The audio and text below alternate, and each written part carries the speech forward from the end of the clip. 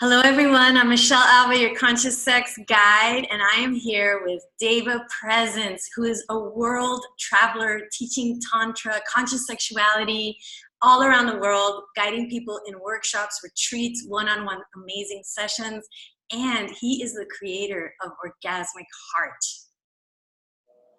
Yes, yes. I love the orgasmic and the heart. I'd love it if you could share with us a little bit about what inspired you to create that name, because it says it all.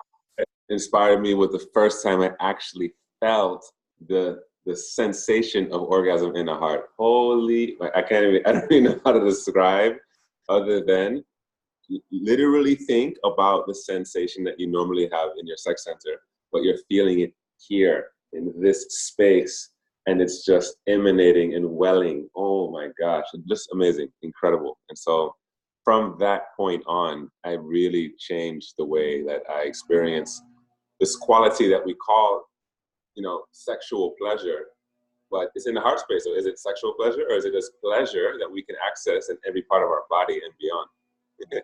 This reminds me of what I came up with this little tagline: before you get your heart on, get your heart on.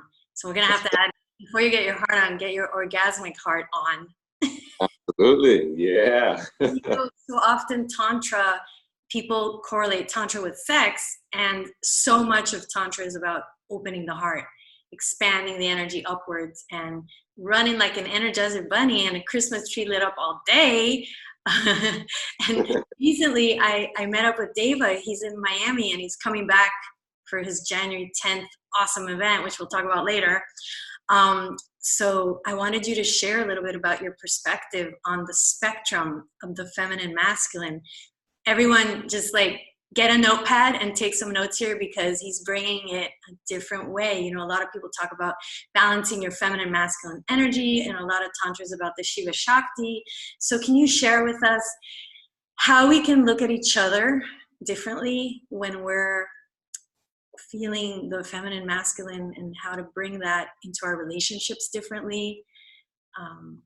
Yeah, absolutely. For one, what I want to say is I do absolutely honor the traditions of Tantra, and that I don't specifically teach Tantra, and I do honor their qualities in regards to helping people build a certain level of polarity, looking at masculine and feminine principles, and how that has really helped people really create that arc of attraction for beautiful lovemaking, and for, of course, connecting and relating in wondrous ways. So I'm not trying to dismiss somehow this incredible thousands of years that they've been working with this polarity and dynamic. I think it's very beautiful. Yeah. However, there's something very interesting that's happening in our world today, and that is we're starting to see more of this potential where we're not only just masculine and feminine anymore.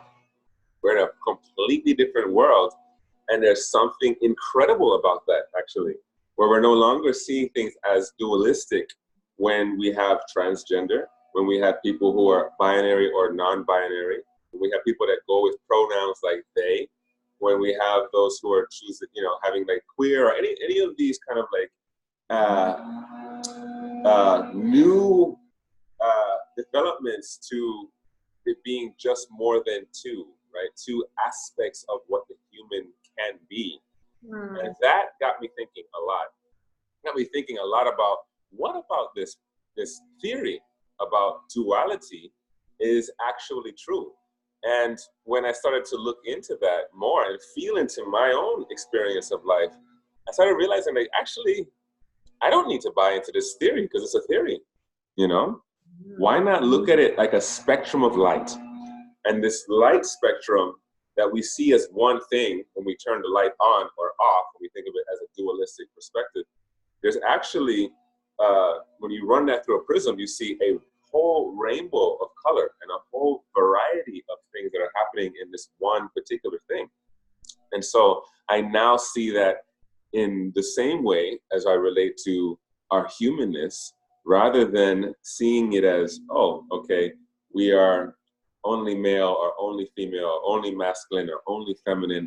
I see it as a beautiful spectrum that we all have as a one unified field that we're playing with. We're playing with this dynamic, like and to no longer call it masculine or feminine. Like intensity of color. Like, so for example, how does that correlate with the feminine? Because I remember there was this movie about this man who did all this research on sex, a professor, and it was in the I think it was like, I don't remember how young, but he was saying how people are gay, like he was calling it like levels of homosexuality, and then that some people were in the middle spectrum where they could go, and then other people, no, I just like men.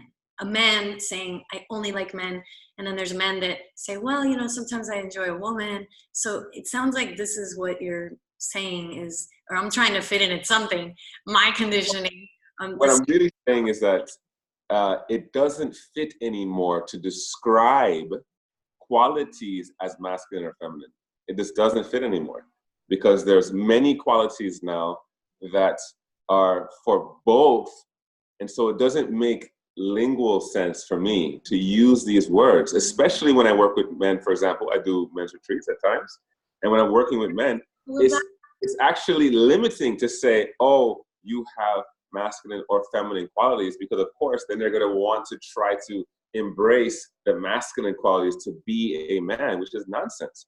Because we have soft, tender, loving, nurturing qualities in us, as well as for women who have women's circles, women's gatherings. I've even done women's retreats, but I was the only man, and I was running the women's retreat. And the experience was incredible.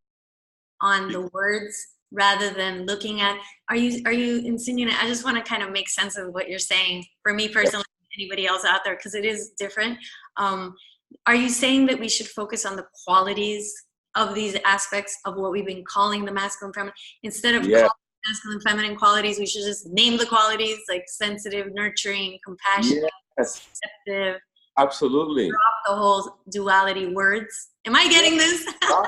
Exactly. Just drop it, because we're not living in a dualistic. He's just further separating us. Separate ourselves on the inside and say, oh, I'm either this or that. It's like, no, I'm one being connecting to other whole beings. And so as a woman as well, you know, you have powerful, dominating, directive energy as well. Why call that one or the other? And rather, instead, create a whole perspective about this spectrum that we grade upon and play upon in the beautiful colors of the rainbow that we have inside and that we see in others.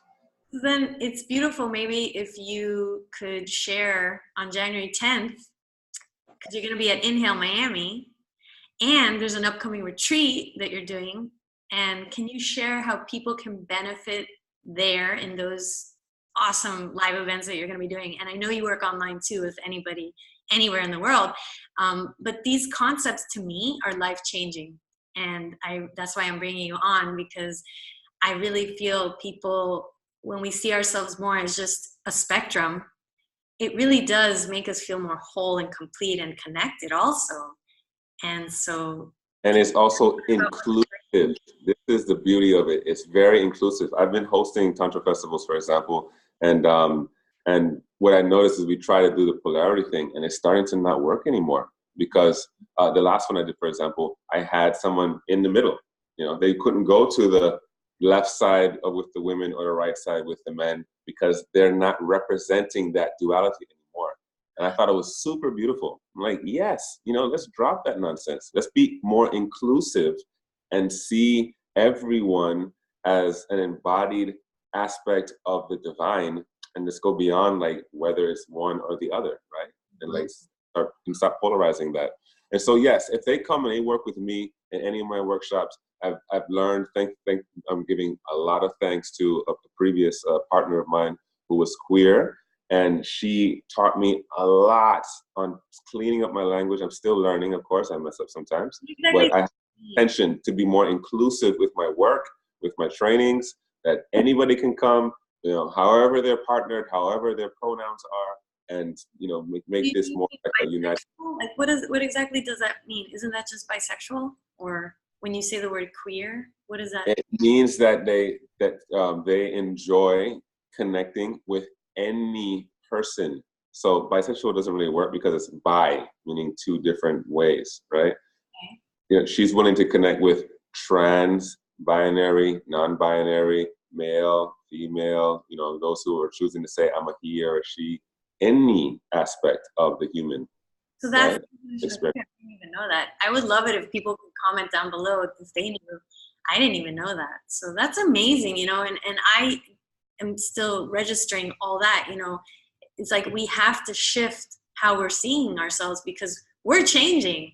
At least publicly out there, people are, I'm sure all these things were already existing. It's just now we're outwardly sharing ourselves more authentically. And so I'm grateful that you're cutting edge and really up to date, you know, with the whole collective, and especially because you work on the whole planet all around the world. I'm sure you see a lot of things that, you know, like me just being in Miami here, I will get the opportunity eventually. Okay, you're in Miami, so definitely the opportunity.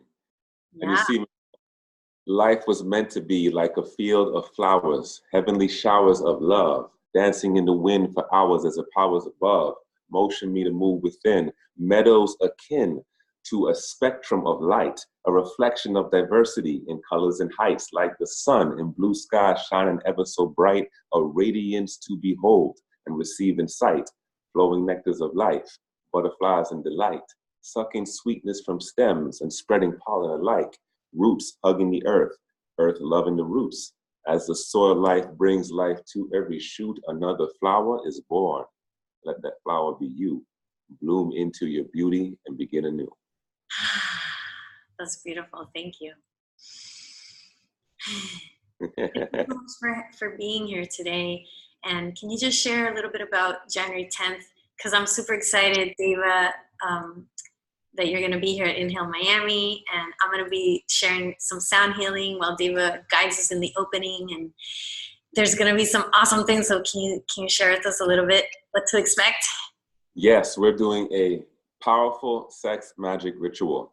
And when I say it's sex magic, I'm talking about the sexual energy and the magic behind it.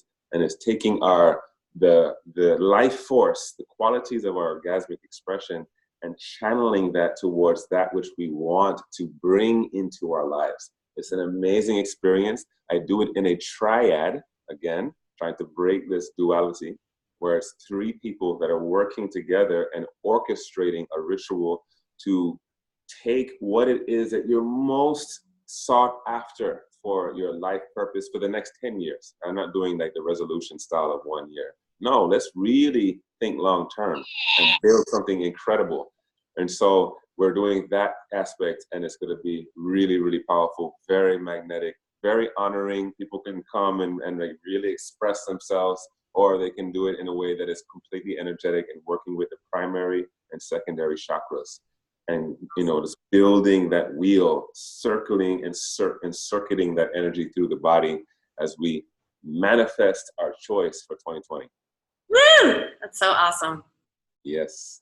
That's going to be really great. So people, the link is down below, and you're able to schedule also a call with Deva and learn more about his work. And I highly recommend it for couples, for singles, for binaries, you know, all genders. Thank you so much for being with us here. And any closing comment, anything you want people to know that want to expand more in this conscious sexuality world?